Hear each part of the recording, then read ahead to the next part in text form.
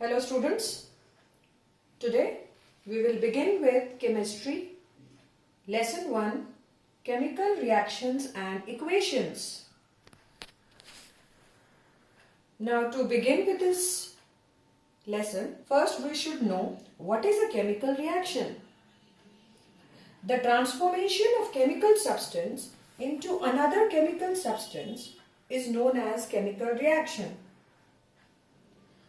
In our previous classes, we have learnt various examples of chemical reaction taking place around us, like rusting of iron, the setting of milk into curd, digestion of food, respiration, etc. In a chemical reaction, a new substance is formed which is completely different in properties from the original substance. So, in a chemical reaction, a chemical change takes place. And students, we have already done physical and chemical change in our previous classes.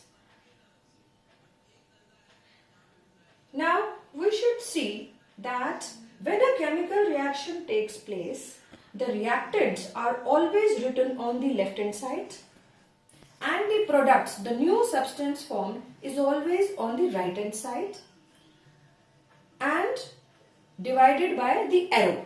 The arrow will always be in the center. Now the substances which take part in a chemical reaction are called reactants. The new substance produced as a result of a chemical reaction are called products. We are going to study various examples of chemical reactions. Now the first thing that comes to our mind is, what are the characteristics of chemical reactions? How do we come to know that a chemical reaction has taken place? So there are few observations. Either we will see there is evolution of gas. That means some gas bubbles have come out during the reaction, or there will be change in color. That means if we perform a chemical reaction and the color changes, so that means a chemical reaction has taken place. For the change in physical state, that means initially maybe it was a solid substance, it changed into liquid. So when there is a change in physical state, that means a chemical reaction has taken place. In some cases, when a chemical reaction takes place, there may be change in temperature. So that again tells us that a chemical reaction has taken place. The last observation can be formation of precipitate. That means formation of some insoluble residue. If has taken place, that means a chemical reaction has occurred. Students, I will be showing you all these chemical reactions in the lab so that you know, you remember what are the observations of each of these characteristics.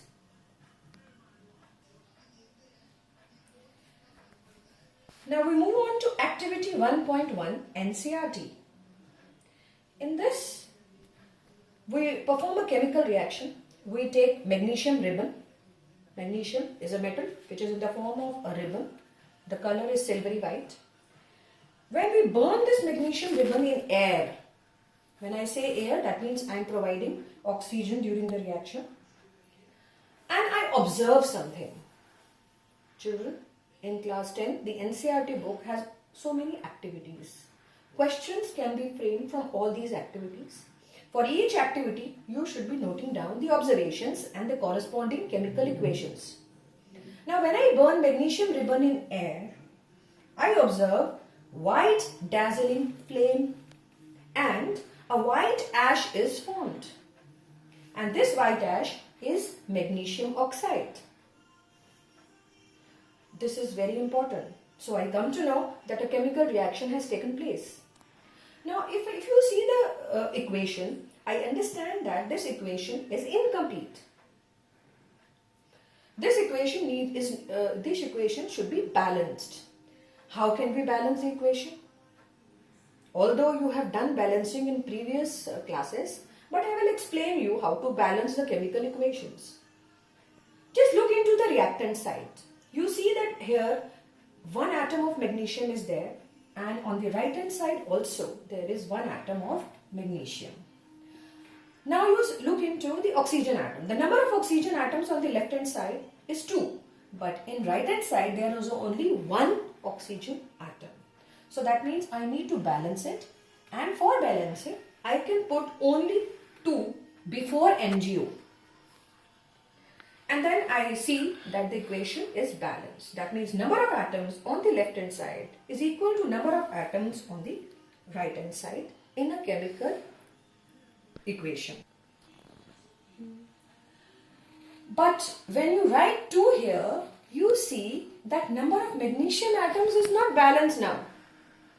So you need to check that while you are balancing the equation, number of atoms should be equal. So magnesium here in left hand side there is only one atom of magnesium, and on the right hand side there are 2. So I need to write 2 in the front of magnesium, so that now number of magnesium atoms on both the sides is 2, and oxygen also both the sides is 2. So that means the equation is balanced. Now one more thing, students, this is very important. Before burning in air, the magnesium ribbon should be cleaned by rubbing with sandpaper. This is very important. This is done to remove the protective layer of basic magnesium carbonate from the surface of magnesium ribbon. So this can also come in the exam. Okay, next activity is activity 1.2 NCERT. In this activity, we are going to take zinc granules. Now here zinc is in the form of granules, again silvery white in color. We put few drops of dilute sulfuric acid to it, and we observe hydrogen gas, hydrogen bubbles coming out. Also we observe that the reaction is exothermic because the test tube in which we have performed the chemical reaction becomes hot on its own. So there are 2 observations while we do this reaction, and we have written the corresponding chemical equation for it. Children, if we look into the chemical equation, we see that this equation is already balanced. We can check. Let's see. In left hand side you can see there is only one atom of zinc. On right hand side also there is only one atom of zinc. For hydrogen atom you can see there are 2 hydrogen atoms. On right hand side also there are 2 hydrogen atoms. In left hand side there is one sulfur atom. On right hand side there is again one sulfur atom. In left hand side there are 4 oxygen atoms. In right hand side there is again 4 oxygen atoms. So the equation is already balanced. But you see here one more thing, that in the product side I have written plus heat. This tells you that the reaction is exothermic. Now you can also be asked to confirm whether the gas coming out from the test tube is hydrogen or not. For this there is a test for hydrogen gas. You bring a burning matchstick near the mouth of the test tube and pop sound is produced, confirming that hydrogen gas has been evolved. So this is again the observations, one of the observations that confirms that a chemical reaction has taken place. Activity 1.3 NCERT. In this reaction, we have mixed aqueous solution of lead nitrate and potassium iodide. When we mix the aqueous solution of lead nitrate and potassium iodide, we observe a chemical reaction taking place. A yellow precipitate of lead iodide is formed. This confirms that a chemical reaction has taken place. Students, I have already balanced this equation for you. You can check whether you have understood balancing or not. You can see here that there is one atom of lead on both the sides. Also, you can see that nitrogen atom, here are in left hand side there are 2 nitrogen atoms, on right hand side also there are 2 nitrogen atoms. For oxygen there are 6 oxygen atoms, on right hand side also after balancing I see there are 6 oxygen atoms.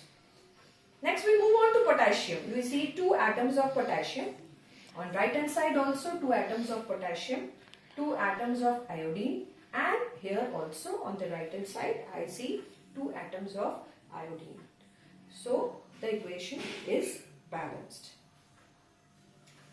Now students, we need to understand the next thing is what is a chemical equation. It is the representation of chemical reaction using symbols and formulae of the substances. In class 9th, we have already done the valencies, how to write the chemical formulae. Please practice them and then only you will be able to write down the correct formulas. If you do not write the correct formulas, you will not be able to balance them at all. Now we should also know what is a balanced chemical equation. A balanced chemical equation has the number of atoms of each element equal on both sides. Now the next question that comes to my mind is that why do we need to balance the chemical equations? Why can't we keep the unbalanced equation like that only? If we have written correct formulas, why are we balancing it? According to the law of conservation of mass, mass can neither be created nor be destroyed in a chemical reaction. To obey this law, the total mass of elements present in reactants must be equal to the total mass of elements present in the products. So that means if we do not balance the chemical equation, we are not following the law of conservation of mass. Hence, students, always write the right equation and then balance it. Then only this law will be fulfilled. The marks can be deducted for writing unbalanced equations.